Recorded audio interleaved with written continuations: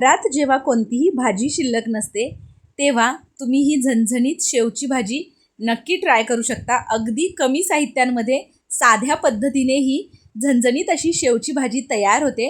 अजिबात वेळ लागत नाही आणि चवीला म्हणाल तर एक नंबर लागते। हॅलो एव्हरीवन, श्री स्वामी समर्थ सर्वांना। आज आपण इथे ना झणझणीत अशी शेवची भाजी बघणार आहे। त्यासाठी आपल्याला करायचं एक वाटण। त्यासाठी मी इथे 2 मीडियम आकाराचे कांदे उभे चिरून घेतलेले आहेत, आलं आहे, लसूण घेतली 8 ते 10 पाकळ्या, त्यानंतर एक मीडियम आकाराचा टोमॅटो बारीक चिरून घेतलाय, सुकं खोबरं आहे 2 ते 3 चमचे आणि कोथिंबीर आहे। आता आपल्याला कांदा आणि खोबरं छान भाजून घ्यायचे। त्यासाठी बघा तवा गरम करायला ठेवलाय आणि त्यावर आधी आपल्याला कांदा भाजून घ्यायचा आहे। कांदा छान गुलाबी रंगावर भाजून घ्यायचा। कांदा भाजून झाला की त्यावरच आपल्याला खोबरं घालून घ्यायचे, जेणेकरून खोबरं पटकन भाजलं जातं आणि त्याला अजिबात वेळ लागत नाही। त्यामुळे कांदा भाजून झाला की त्याच्यावर खोबरं घालून घ्यायचं आणि खोबरंसुद्धा छान ब्राऊन रंगावर भाजून घ्यायचं।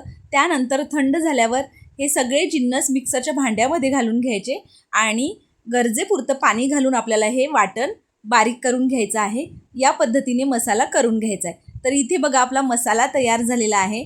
आता मी शेव घेतली आहे, तर शेवचे हे पॅकेट तुम्हाला कोणत्याही किराणा मालाच्या दुकानात सहज उपलब्ध होतं, तर तुम्ही या पद्धतीने ही शेव तुम्ही आणू शकता बाजारातून।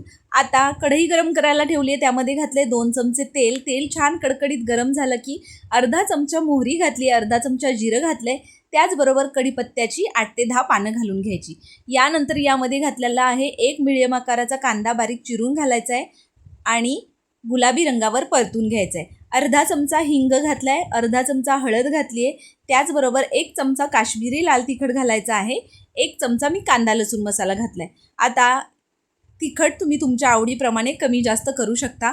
यानंतर यामध्ये 1 चमचा धने पावडर घालायचे आहे, अर्धा चमचा जिरे पावडर घालायची आहे। हे सगळे मसाले छान परतून घ्यायचे आणि त्यानंतर आपण तयार केलेला मसाला यामध्ये आपल्याला घालून घ्यायचा आहे। मसालासुद्धा फोडणीबरोबर छान परतून घ्यायचा। 2 ते 3 मिनिट मसाल्याला छान तेल सुटेपर्यंत मसाला परतून घ्या फोडणीबरोबर आणि त्यानंतर आपल्याला यामध्ये गरम पाणी घालायचे। आता यामध्ये आपल्याला गरमच पाणी घालायचे, जेणेकरून ही भाजी पटकन तयार होते, रंगही छान येतो। आता झाकण ठेवून 5 मिनिटांची आपण वाफ काढून घेऊ, जेणेकरून सगळे मसाले छान एकजीव होतील। शेव घालण्याची घाई अजिबात करायची नाही। जेव्हा ग्रेव्ही कंप्लीट तयार होईल त्यानंतर आपल्याला यामध्ये शेव घालून घ्यायचे आणि शेव घातल्यानंतर भाजी खूप जास्त वेळ शिजवायची नाही। अगदी 1-2च मिनिटं छान मिक्स करून घ्या। खूप सारी बारीक चिरलेली कोथिंबीर घाला आणि इथे आपली मस्त झणझणीत अशी शेवची भाजी खाण्यासाठी तयार आहे। पोळीबरोबर, भाकरीबरोबर किंवा पावाबरोबर एक नंबर लागते। अशा पद्धतीने झटपट तयार होणारी, कमी साहित्यात तयार केलेली ही शेवची भाजीची रेसिपी तुम्हाला कशी वाटली मला कमेंट करून नक्की सांगा। आणि अजूनही तुम्ही आपल्या चॅनलला सबस्क्राईब केलेलं नसेल तर पटकन आपल्या चॅनलला सबस्क्राईब करून घ्या, बेल आयकॉन प्रेस करा, जेणेकरून इथून पुढे येणाऱ्या अशा छान छान भन्नाट रेसिपीच्या नोटिफिकेशन्स तुम्हाला मिळतील आणि त्या सगळ्या रेसिपी तुम्हाला ट्राय करून बघता येतील। चला तर मग पटकन या झणझणीच्या शेव भाजी रेसिपीला लाईक करा, रेसिपी शेअर करा। भेटूया अशा एका मस्त रेसिपीसोबत, तोपर्यंत बाय बाय।